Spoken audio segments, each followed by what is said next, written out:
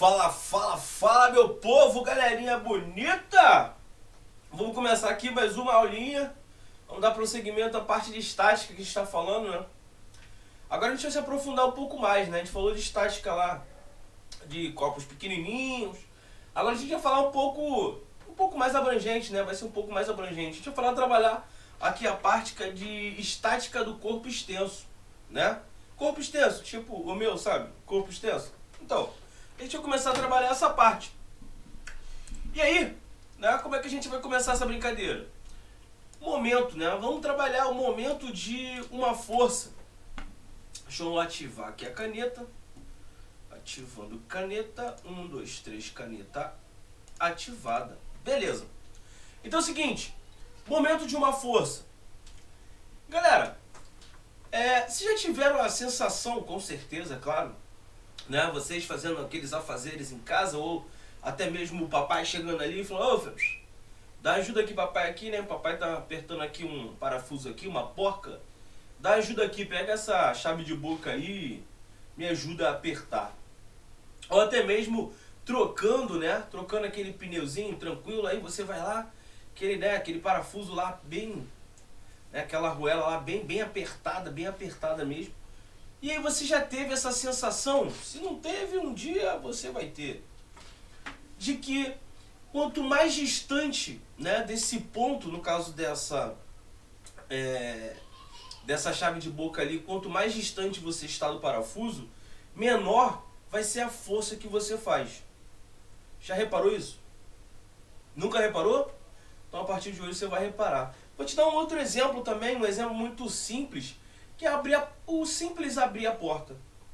Vocês já repararam normalmente que a fechadura, né, a fechadura dessa porta aí, né, já perceberam que ela é bem distante, né, do local onde a porta abre e fecha? Né? Se vocês repararem, lá no cantinho, né, vocês têm aquele dispositivo que eu esqueci o nome agora, não adianta, eu não vou lembrar, né, que segura a porta ali. E aí, para vocês abrirem a porta, bem distante dali, né, o máximo possível, vocês têm ali a maçaneta da porta, que vocês abrem e empurram a porta. Se vocês repararem, quando vocês forem aplicar uma força, no caso para abrir ou fechar essa porta, quanto mais próximo do ponto de apoio, lembrei. Quanto mais próximo daquele ponto de apoio, já perceberam que maior é a força que você tem que fazer? Galera, essa situação nós vamos trabalhar no momento. Isso é o momento, tá? Então essa é a ideia de momento. Então como é que a gente vai inserir essa ideia de momento? Então deixa eu diminuir aqui. Deixa eu só botar isso aqui um pouco pro lado. Pronto. Agora tá ok. Bom, olha só. Quando a gente tenta fechar uma porta, temos uma situação semelhante à de rosquear a porta. Como eu falei, se a gente exerce uma força no ponto B, né, nós temos que ter uma dificuldade maior. Esse ponto B é o ponto mais próximo desse ponto de apoio ali. Bom, isso acontece porque o eixo de rotação que está tá ali, o eixo de rotação que está naquela parte do ponto de apoio que eu falei, é o que contém as dobradiças. Dobradiça. Lembrei agora, viu? Lembrei do nada. Dobradiça é o nome. Assim, nos dois casos que acabamos de observar, a gente pode notar uma relação entre o efeito produzido, né, em uma rotação. Né? A força aplicada e a distância do ponto dessa aplicação, né, no caso da força, da rotação ali. Essa relação a gente chama de momento de uma força, ou também vocês vão ouvir falar em torque. Tá? Então, quando estivermos falando em torque, estamos falando de um momento, né, de uma força. E aí, e essa grandeza? Como é que a gente vai medir essa grandeza? Né? Esse momento a gente chama de M.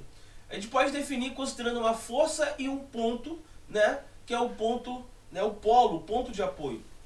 O momento da força em F em relação ao ponto fixo O é o produto da intensidade da força pela distância, né, no qual você está do ponto de aplicação. Então é o seguinte, o momento de uma força sempre tende a causar um movimento de rotação do corpo em torno, né, do polo considerado sobre a ação dessa força. Esse polo é o ponto de apoio que eu falei para vocês. Então o momento de uma força a gente calcula, né, fazendo o produto da força vezes a distância, né, em que você vai aplicar essa força do ponto de apoio. Beleza? E aí, o momento ele pode ser positivo ou negativo. Já que a gente vai, né, a gente vai rotacionar isso aí. Deixa eu botar pra cá, beleza. Já que a gente vai rotacionar, então a gente tem que convencionar qual seria o sentido positivo e qual seria o sentido negativo. Essa convenção de sinal, tá, galera? Só para que fique claro, ela é arbitrária. Você escolhe, tá? Ó, eu quero que para cá seja positivo e para cá seja negativo. No sentido horário de rotação eu quero positivo, no sentido anti-horário eu quero negativo. Ou não, eu quero no sentido horário negativo e no sentido anti-horário positivo. Isso é arbitrário. Mas o importante é você definir, né? Ou, caso você vá fazer um exercício ou alguma coisa, veja qual a definição, né, para que ele dá no sentido horário ou anti-horário. Então, por exemplo, aqui a rotação no sentido anti-horário a gente consideraria positivo e uma rotação no sentido horário, movimento negativo. Beleza? Então é uma convenção arbitrária, vai depender, né, da convenção que foi dada ou da convenção que você vai criar. Tá? E aí, binário. Deixa eu botar aqui, ou senão eu vou diminuir. Deixa eu diminuir um pouquinho. Beleza. Então, o binário. Então, tipo, qual o segredo para abrir um cofre? Além de conhecer a sequência de número correta, né, é necessário também girar o botão. Então, para isso, a gente precisa aplicar um par de forças paralelas de mesma intensidade e sentidos opostos. Como assim? Você tem um botão que você vai girar. Então, a força que você aplica em cima é igual à força que você aplica embaixo. Só que quando você gira, olha essa força de cima. Ela vai, ó, para lá. E quando olha a força de baixo, ela vai para o outro lado. Então elas vão acabar tendo o mesmo, né, a mesma direção, porém elas vão ter sentidos opostos. O mesmo ocorre quando a gente está pedalando a bicicleta. Vocês já repararam que quando você está lá, né, com o pé na bicicleta, claro, todo mundo já andou de bicicleta. Todo mundo já andou de bicicleta, né? Tá, levar em consideração que sim, claro. Então, quando você pedala, o que você está fazendo na verdade? Você está aplicando um binário. Você aplica uma força, né? Que ali, como está no exemplo, você aplica uma força aqui em cima. E aí, ó, vai fazer com que, ó, tenha esse movimento. Só que aí, o que acontece? Esse par aqui do binário, você vai ter uma mesma força, ó. Porém, ela está no sentido contrário. Reparem uma coisa. Quando você aplica uma força ali, o sentido de rotação, tá? Nesse caso ali, é horário. Porém, o binário, a gente está trabalhando a força. Então, a força tem sentido a de cima para a direita e a força embaixo tem o sentido para a esquerda. Essas forças binárias são aquelas aplicadas a esses sistemas, né? Assim, por serem duas forças de mesma intensidade e direção, claro, sentidos opostos, e por serem aplicadas em pontos distintos, ou seja, você aplica em um pedal e a outra você aplica no outro pedal. O binário acaba produzindo uma rotação, como eu falei para vocês. Logo, a soma dos momentos das forças é diferente de zero. O momento de um binário é dado pelo módulo do momento resultante. Então, ó, vamos ver isso aqui, ó, o movimento do binário. Né? Nós temos aqui, ó, um ponto D. Vamos imaginar uma barra. Tá? Vamos imaginar uma barra. Então, você tem uma barra. E nessa barra você tem um ponto de fixação, que é o ponto D. Tá? Então você vai acabar tendo ali o ponto D como ponto de fixação. Deixa eu aumentar um pouquinho aqui. Beleza. Então você tem ali esse ponto de fixação. Se você pegar ali no ponto B, onde ele está mostrando, e aplicar uma força, você vai ter um binário no ponto A que vai vir aonde? Para baixo. Então, ao aplicar uma força em B para cima, você tem uma força em B para baixo. Esse é um binário, tá? Então, o momento do binário é a força vezes B. Qual é esse B? O B é a distância, né, do braço binário. É a distância entre o ponto de força B e o ponto de força A. Tá bom? Então aí, essa é a situação. Então aí vamos trabalhar aqui um exemplo pra gente, vamos exemplificar aqui, né? Como que a gente pode, por exemplo, pegar um momento nessa barra aqui, tá? Um momento nessa barra. Então, pera aí que eu já vou fazer aqui. Então, eu vou fazer da seguinte forma. Bom, a forma que eu vou fazer, ele quer saber o seguinte: considerando as forças atuantes na barra AD, o peso dela por enquanto é desprezível, tá? Determine o momento de cada uma das forças em relação ao ponto O, tá? Então tá aqui, ó, o ponto O, tá aqui. Beleza. Tudo bem, calcular o momento aqui vai ser fácil, sim. Mas prestem atenção em uma coisa. Primeiro nós precisamos adotar, tá?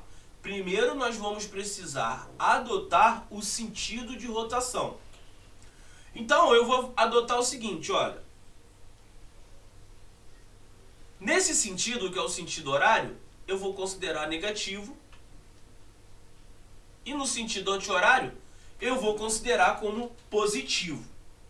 Então a primeira coisa para quando a gente pegar ali a equação, né, ou em relação ao momento de uma força, o que a gente precisa adotar primeiro? Primeiro a gente precisa adotar o sentido, tá? Se vai ser positivo ou se vai ser negativo. Adotou?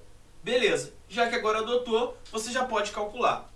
Então ali eu tenho forças F1, F2, F3 e F4. Beleza. Então vamos calcular aqui, ó, o momento de F1 vai ser a força 1 vezes a distância. Wanderson, calma aí. Distância. Mas qual distância? A distância de F1 ao ponto de apoio, que é o ponto O. Logo, como ele quer em relação ao ponto O, a distância de F1 até O é 1 mais 2, 3, mais 3, 6. 6 vezes 10, 60. Só que olha a força F1, galera. A força F1, ela está no sentido que eu adotei como positivo ou negativo? Negativo. Logo, o valor é de 60, tá? De 60 newtons metro. Conseguiram pegar a ideia? Vamos fazer aqui o momento em F2. Então, o momento em F2 é o seguinte. Bom, primeiro é a força F2, que é de 20. Depois a distância até o ponto O, que é de 1, 2, então são 3. Só que o que acontece? Essa força F2, né, eu adotei ela como positiva, então, vou botar aqui um maisinho, mais 60 newtons vezes metros. E aí você está se imaginando, calma aí, mestre. Tô com uma ideia aqui, me surgiu uma ideia aqui, tá? Pode falar. A ideia? Isso, exatamente. A ideia é essa. Você está dizendo para mim que como o momento em F1 é menos 60 e o momento em F2 é de mais 60, se não tivesse a situação de F4 e de F3, esse cara estaria em equilíbrio. Ou seja, se eu tenho uma força lá em F1 para baixo e uma força em F2 para cima, como elas têm módulos iguais, né, só tem um sentido oposto, isso quer dizer que ficaria nessa mesma situação. A barra continuaria nessa mesma posição. Ela não teria, né, uma rotação. Por quê? A força que tem para cima é igual à força que tem para baixo. Logo, essa barra não iria girar. Exatamente. É esse o raciocínio. Beleza? Mas vamos analisar agora a F3, né? Então, o momento em F3 é, no caso, o valor de F3, que é 30, vezes a distância. A distância é 1. Porém, F3 está no sentido negativo, então isso é menos 30 Newton por metro.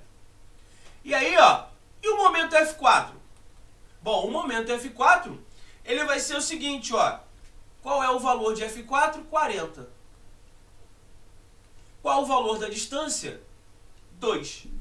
Porém, contudo, entretanto, todavia, F4 está no sentido que eu adotei como... Agora presta atenção numa coisa. Você já está se imaginando assim. Olha, F4, assim como F2, está apontando para cima. Né? Está apontando para cima. Beleza. Realmente está apontando para cima. Só que presta atenção numa coisa. Aquele positivo e aquele negativo que eu adotei é com relação à rotação dessa barra. Então presta atenção nisso. Se você fizer a força F4, essa barra vai rotacionar para baixo ou ela vai rotacionar para cima? Exatamente esse o raciocínio. Se você aplica a força F4, você vai ter uma rotação da barra para baixo e não para cima. Logo, isso é igual a menos 80 Newton vezes metro. Ou seja, é complicado? Não, não é tão complicado assim. Só tem que prestar atenção. Primeira coisa, tem que definir qual o valor, né, o módulo ali da rotação. Então, para baixo é negativo, para cima é positivo. Normalmente, é adotado o sentido horário negativo e o sentido anti-horário positivo. Mas é arbitrário, tá? Você pode, nesse caso, como ele não deu qual é a rotação, não deu qual é a parte para onde rotaciona positivamente e para onde rotaciona negativamente, você vai criar, né, o seu parâmetro. Beleza? Então aqui eu criei o parâmetro no sentido horário negativo e sentido anti-horário positivo. E prestar atenção, né, com relação ao momento, ao torque realizado por aquela força, qual a rotação que ela vai gerar. Para você sim, né, adequar a rotação que você adotou no início. Conseguiram entender? Essa é a ideia. Beleza? E aí, tem um outro exercício aqui, só que esse exercício é o exercício que vai ficar para que vocês tentem fazer e na hora da aula a gente vai lá e mata essa questão, mata... A ideia que eu vou dar para vocês, né? A ideia que eu vou dar para vocês é o seguinte: vejam que aquela força lá está inclinada. E lembrem-se que na aula anterior, tanto faz. Na aula anterior, lembrem-se que nós vimos o quê? Como decompor, né, as forças na horizontal e na vertical. Só uma dica, tá? E aí, equilíbrio de um corpo extenso. Então, quando o corpo é submetido a diversas forças em pontos distintos, a gente chama isso de corpo extenso. Então, o equilíbrio desse corpo deve satisfazer duas condições. Bom, a primeira condição é que a resultante de todas as forças que agem sobre o corpo devem ser nula, tanto no eixo X quanto no eixo Y. Tá? A ponte é um exemplo de corpo extenso. Então, olha a dimensão da ponte, né? Olha a dimensão da ponte. Você não está trabalhando um detalhe da ponte, você está trabalhando toda a extensão da ponte. Então, um exemplo de corpo extenso é a ponte, tá? E aí, para essa condição, o corpo não terá movimento de translação. Observação, tá? Qual é a segunda condição? Bom, a segunda condição é que a soma algébrica de todas as forças que atuam sobre o corpo, né? Ou seja, toda, né, a soma algébrica dos momentos, tá? De todos os momentos das forças ali, em relação ao mesmo ponto, também devem ser nulas. Então, essa condição impede que o corpo tenha movimento de rotação. E aí entra naquele caso que eu falei do exercício anterior para vocês.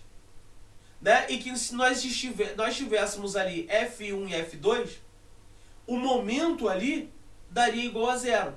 Né? A variação, o somatório dos momentos daria igual a zero. Tá? Daria igual a zero. E aí o que aconteceria? Aconteceria essa condição. O corpo não teria movimento de rotação. Beleza? E aí a gente tem um exemplo aqui. Né? Vamos trabalhar esse exemplo, vamos trabalhar. Então, esse exemplo é o seguinte. Eu tenho uma viga, né? Uma viga de 5 metros. Tá? Então, eu tenho uma viga aqui que ela pesa 5 metros.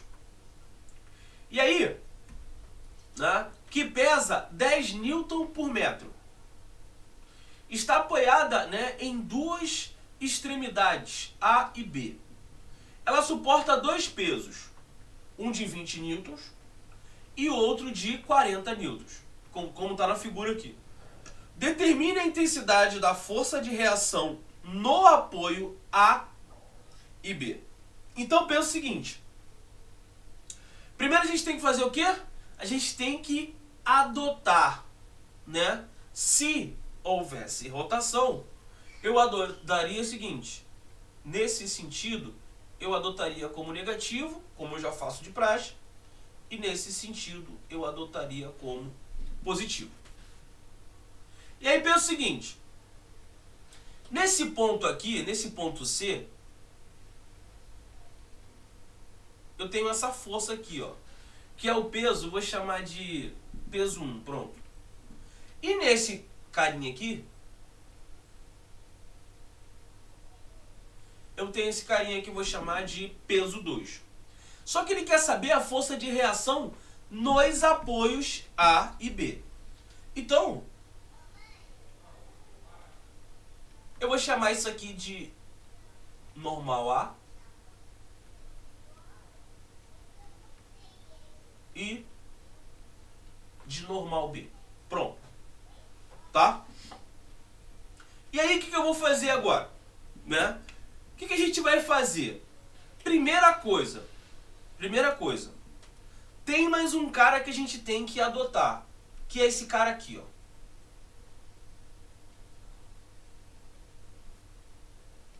Quem é esse cara aqui? Percebam que ele está bem no meio, bem no centro.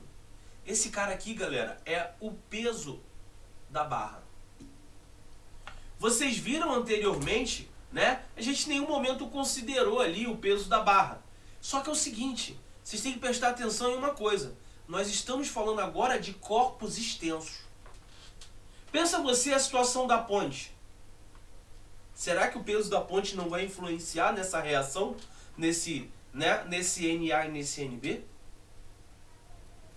Beleza? E aí, você pode imaginar o seguinte. Essa viga tem 5 metros de comprimento e que pesa 10 newton por metro. Ela pesa 10 newtons para cada metro. Então, se você parar para pensar, o peso dessa viga, aqui eu botei PB, mas eu vou botar PV aqui, só para vocês associarem que é o peso da viga. Esse peso da viga, vocês vão concordar comigo que ele é igual a 50 newtons. Por quê? Porque ele pesa 10 newtons por metro. Só que ele tem 5 metros de comprimento. Se ele tem 5 metros de comprimento, ele tem um peso total de 50 newtons. Beleza? Conseguiram pegar a sacada? De boa? Suave. E aí, bom, até aí eu já defini isso aqui. Então o que a gente tem? A gente tem que o somatório, tá? O somatório desse momento tem que dar igual a zero, para que eles estejam em equilíbrio. Esse resultante tem que ser igual a zero. E aí, vamos pensar o seguinte. né, esse momento tem que ser zero. Então, ó, quando que a gente vai considerar, né, onde que a gente vai considerar, né, esse ponto de equilíbrio? Qual o peso, né, onde que a gente vai adotar esse centro, né, esse centro de equilíbrio ali? Normalmente, nesse tipo de situação, tá, a gente vai considerar como se fosse o centro da barra.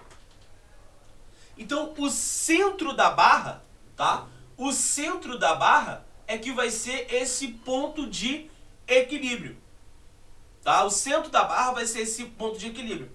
Então, vamos fazer aqui, ó. Pensa o seguinte. Esse NA, né? Ó, NA, esse momento A, vai ser NA vezes a distância. Qual é a distância do centro? É de 2,5. Porém, pensem no seguinte. Temos que adotar como negativo. Por quê? Se esse NA rotacionar, essa força NA rotacionar, ela vai estar gerando um sinal negativo que eu coloquei. Tá? E aí, vamos continuar. E o peso 1? Bom, o peso 1 ele vai ser positivo, porque ele vai rotacionar, se rotacionar, ele vai rotacionar no sentido positivo. E aí vai ser, né, o peso 1, deixa eu ver, o peso 1 é de 20 newtons, vezes essa distância, 1,5. Mais o peso de quem? O peso da viga, vezes... E aí, qual é a grande sacada? Qual é, né? Qual é a distância desse peso da viga para o centro dessa barra? Ou seja, dessa viga? É zero. Então, o momento aqui é zero. E aí, vamos para P2. Vamos para P2. E aí, P2 eu vou deixar sem o sinal aqui, tá? Eu já vou colocar o sinal. Eu só sei que aqui, ó, é P2. Então vamos botar o valor dele. Deixa eu apagar. O valor dele é 40 vezes a distância até o centro, que é de 2 metros. E quando a gente for analisar agora a NB, bom, NB, se rotacionar, vai ser no sentido que? Positivo. Então eu vou botar NB vezes a distância até ali, que é de 2,5. Isso tem que dar igual a zero. E aí é o seguinte, galera. Bom, o professor só deixou aquele espaço vazio ali do P2. Sim, deixei. Por quê? Pensem comigo. Se P2 fosse responsável pela rotação, essa barra, ela ia girar em qual sentido? Sentido horário. Beleza? Então, aqui seria, ó, negativo. Então, ó, vamos botar aqui, ó, menos 2,5 NA mais 20 vezes 1,5 é 2 vezes 15, 30. Mais PV vezes 0, que dá 0, menos 40 vezes 2, 80, mais 2,5 NB. Isso teria que dar igual a zero, já que o momento tem que ser igual a zero. Beleza? E aí, eu vou ter o seguinte, ó. 2,5 que multiplica NA, na verdade é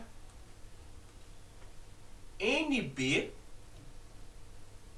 menos NA menos 50 é igual a zero. E aí a gente teria que NB menos NA seria igual a 50 dividido por 2,5, tá? Que aí nós vamos ter 500 sobre 25. Isso vai dar igual a 20 newtons. Então a gente tem, né? A gente tem essa situação.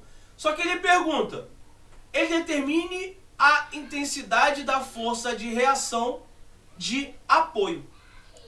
Então o que eu determinei aqui na verdade?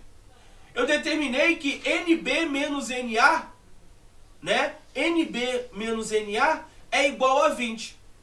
Só que eu tenho uma outra situação também que eu tenho que considerar. Ele não está perguntando qual é a diferença entre as reações. Ele está perguntando qual o valor da reação A e qual o valor da reação B. E ali eu preciso de mais uma equação para que eu possa resolver o meu sistema. E aí vocês têm que entender o seguinte. Qual é a reação de Na e Nb? A reação de Na mais Nb, galera, vai ser igual a 110. E aí você se pergunta, calma aí. Tá, tudo bem, vai ser 110, o senhor falou, eu acredito. Vou botar aqui pra cima para dar espaço. Não, o senhor falou que vai dar 110, eu acredito, tudo bem. Mas por que vai ser 110?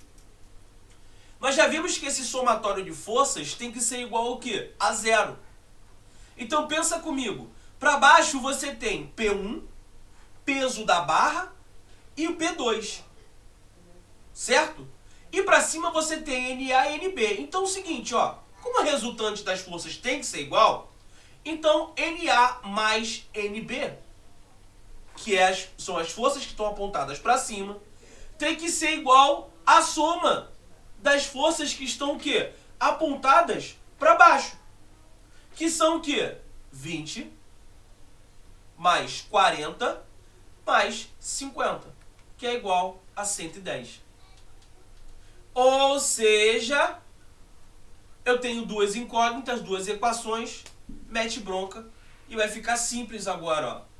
Então, Na mais Nb, isso aqui é igual a 110 e Nb menos Na é igual a 20. Somando esses carinhas aqui, ó, para eliminar, então você soma isso com isso, vai dar 2Nb, soma Na com menos Na, vai embora, isso dá igual a 130. E aí Nb é igual a 65, beleza? E quanto é que vai dar Na?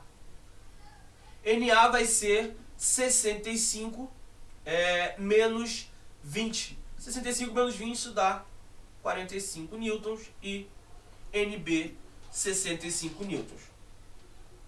Beleza? Ou seja, nós usamos a resultante das forças, beleza. Nós usamos os resultantes dos momentos, acabou.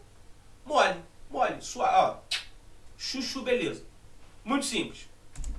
E aí, vamos trabalhar agora a parte de máquinas, né? Máquinas simples. Então deixa eu aumentar aqui um pouquinho.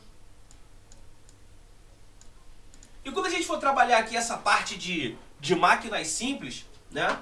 Então, vamos começar assim. A capacidade muscular, né, limitada do ser humano e a necessidade de levantar ou, né, locomover grandes pesos acaba estimulando a criação de equipamentos que vão dar uma praticidade para essas situações para a gente. E aí a gente chama isso aí de máquinas simples. Vocês conhecem uma, né? Vocês conhecem uma máquina simples que ajuda muito, né? Que é a roldana, né? A roldana ajuda muito a gente em muitas situações.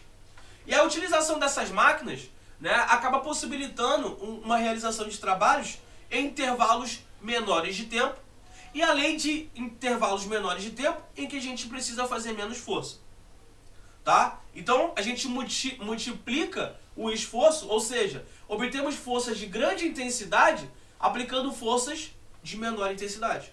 É o caso da roldana. Então, para um objeto, sei lá, de 500 newtons, você precisa de uma força, dependendo da quantidade de roldanas móveis que você tiver. A gente já vai ver isso. Você acaba dividindo ali por 2, né? 2 elevado a par, 2 elevado a... Eu vou falar. Calma aí que eu já vou falar.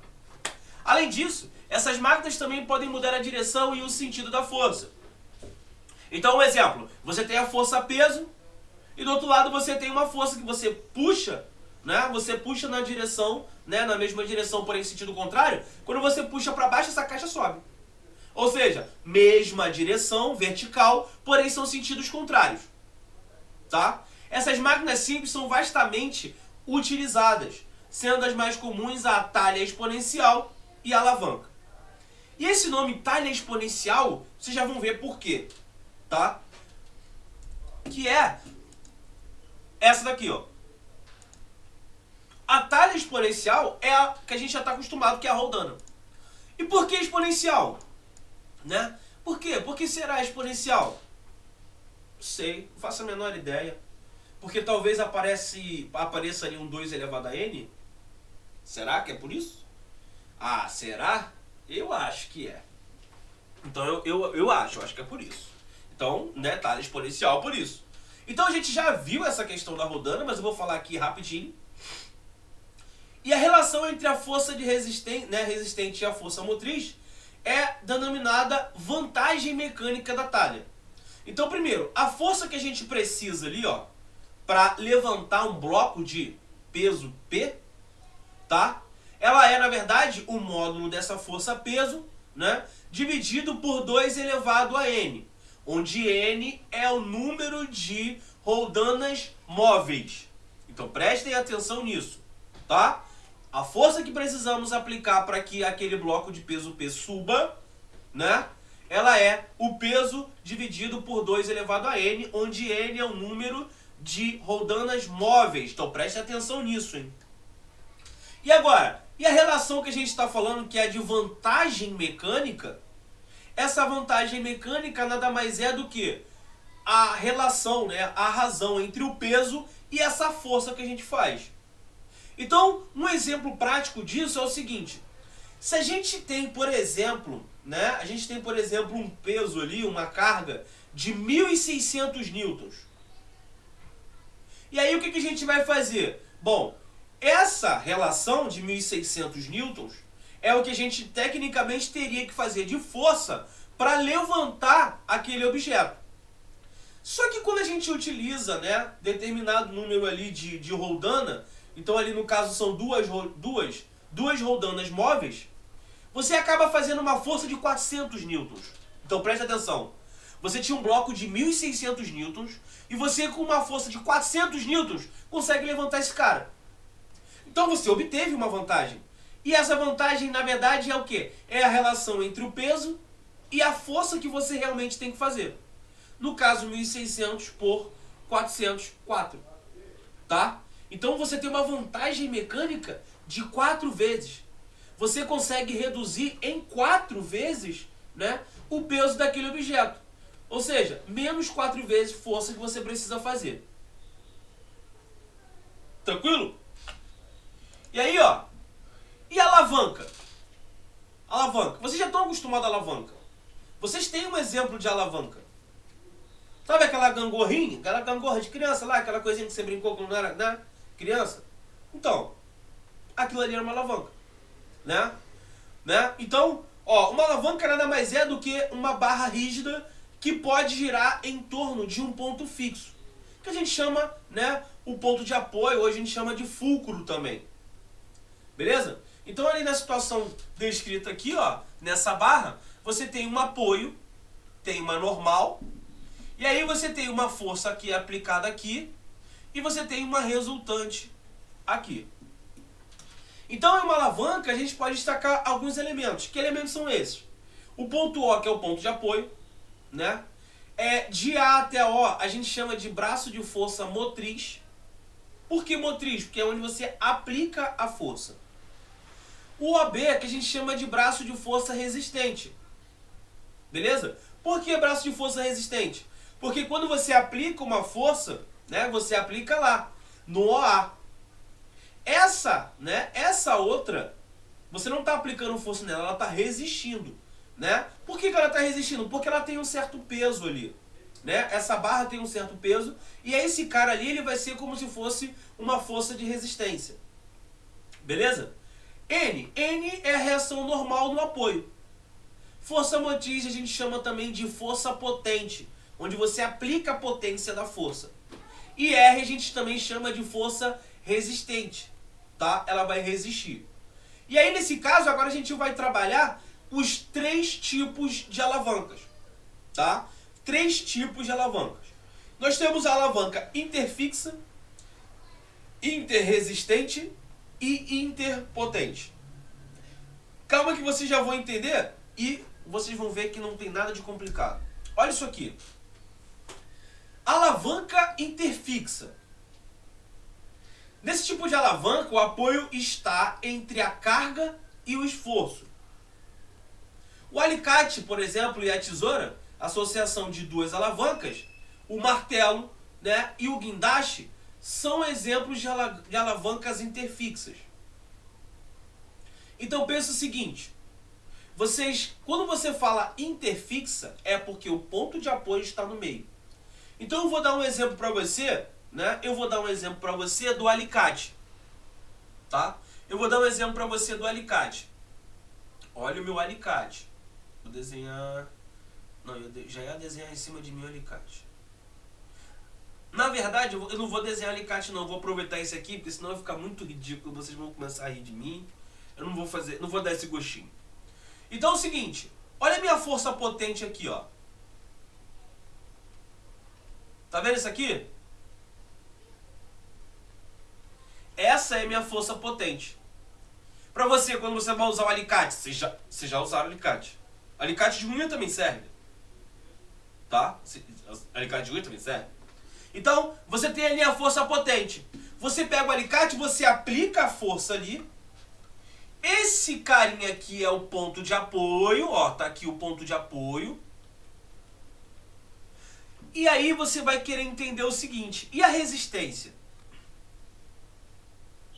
A resistência é do objeto que está aqui dentro, ó.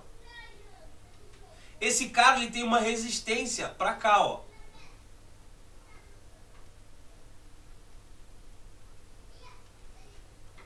Ou seja, quando você tem a força de apoio, tá? Quando você tem uma força de apoio, né? Ou uma força potente, você tem o apoio ali. O que você precisa entender? Essa força de resistência, ela tá no objeto que tá ali na cabecinha do alicate. Então, ó, quando dobramos ou cortamos um pedaço de fio com o alicate, a força feita no cabo é transferida e ampliada para a extremidade contrária. Então pensa o seguinte, pega um fio, né, aplica uma força potente, um fio e corta. Você vai ver que corta tranquilo. Pum, cortei. Agora pega o alicate e pega um ferro maciço, né? Pega um ferro maciço, bota ali no alicate e aplica essa força. Veja que você talvez até consiga cortar. Mas veja que você vai ter que aplicar uma força potente maior e a resistência desse material acaba sendo maior. Então, quando a gente fala de alavanca interfixa, lembra? Potente, no centro a gente tem um ponto de apoio e a força de resistência está no material lá que a gente vai cortar. No alicate é a mesma coisa. Quando você aplica potência ali no alicate de unha, quem é a resistência? É da unha. Se você corta com a unha da mão, você vê que ela é mais fina. Você vai cortar com a unha do pé, você vê que ela é um pouco mais grossa. Tem uma resistência maior. Beleza? Tranquilo? Conseguiram entender? E quando você fala da questão do martelo? Bom, deixa eu exemplificar para vocês aqui. A questão do martelo é o seguinte, ó. Isso aqui é um prego. Tá? A situação do martelo é o seguinte, ó. Você tem um martelo. E aí, ó. Você tem aquela situação aqui, ó, do martelo. Nossa, ficou horrível, mas tudo bem. Então você tem aqui a situação do martelo.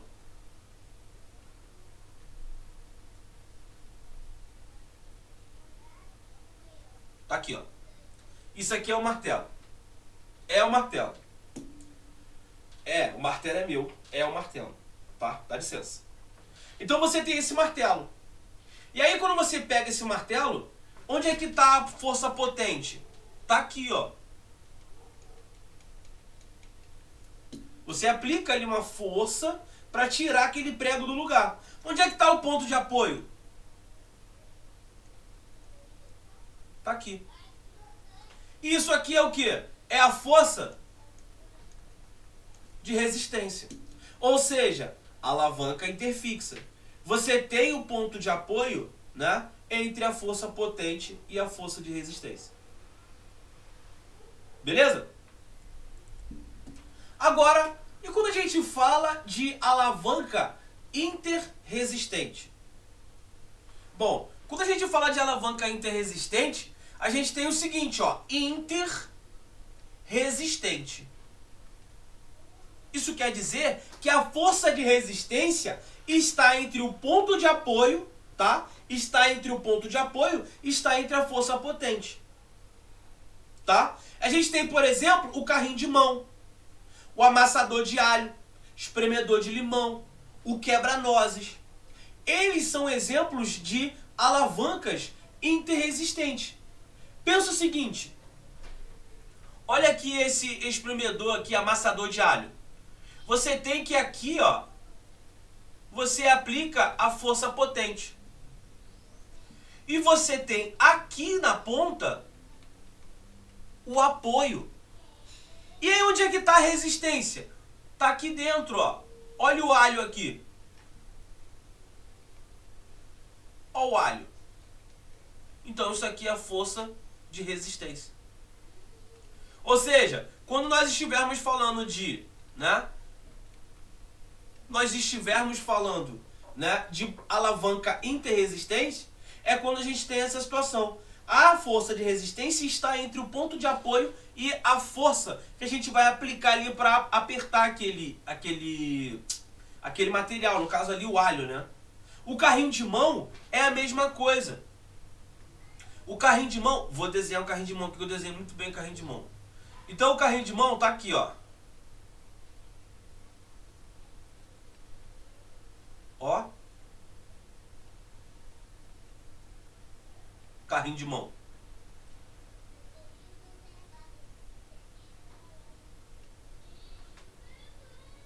Ó o carrinho de mão aqui.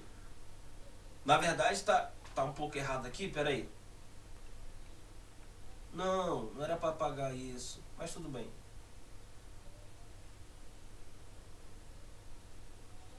Ó.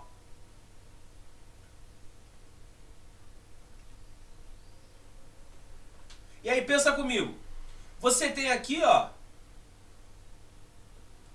uma força potente. Tá? Você tem aqui a força potente.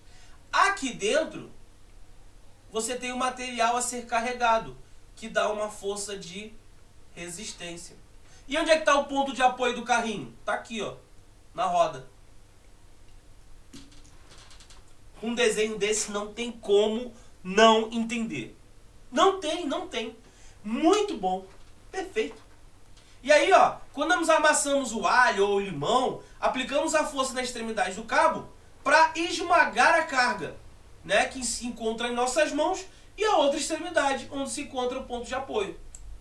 E qual é a última? A última a gente chama de alavanca interpotente. Ó, interpotente. O que significa? Interpotente. Potência no centro, ou seja, entre o ponto de apoio e a força de resistência.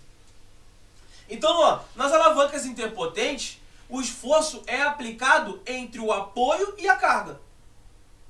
O pegador de gelo, por exemplo, pegador de macarrão, né, vara de pescar, são exemplos desse tipo de alavanca. E aí, ó, pensa comigo. Olha como é que você tem o pegador de gelo.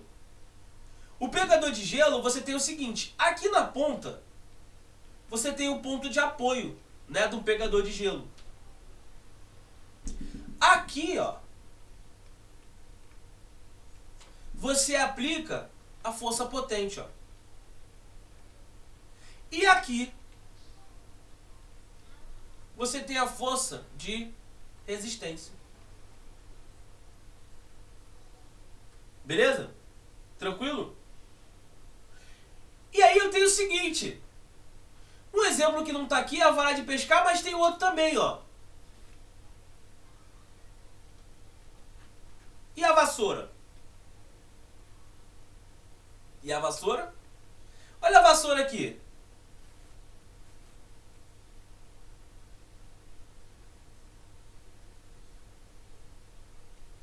Isso é a vassoura. Então pensa o seguinte, quando você pega a vassoura, qual é a primeira coisa que você faz?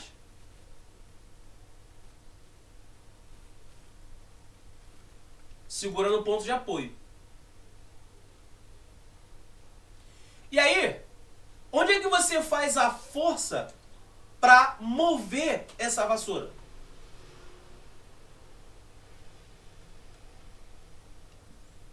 E onde é que está a força de resistência? Ou seja, a vassoura também é um exemplo, tá, de alavanca interpotente. Porque você pega a vassoura e aqui, ó, vai varrendo, vai varrendo, vai varrendo, vai varrendo. Acabou. E a resistência está embaixo, que é onde você está catando o lixo. Tranquilo? Beleza? E aí, condição de equilíbrio de uma alavanca. A condição de equilíbrio de uma alavanca, né, nesse exemplo ali, é o produto, né, de R vezes BO, que é igual a F vezes AO. Hã? Que? Calma, calma. É mais simples do que vocês imaginam. Olha esse ponto de apoio aqui, tá vendo? Você tem uma distância e aqui você tem uma força, está sendo uma força potente aplicada por esse carinha. E aqui nesse ponto B, você tem uma força de resistência, tá? Uma força de resistência desse bloco aqui, ó, de determinada massa.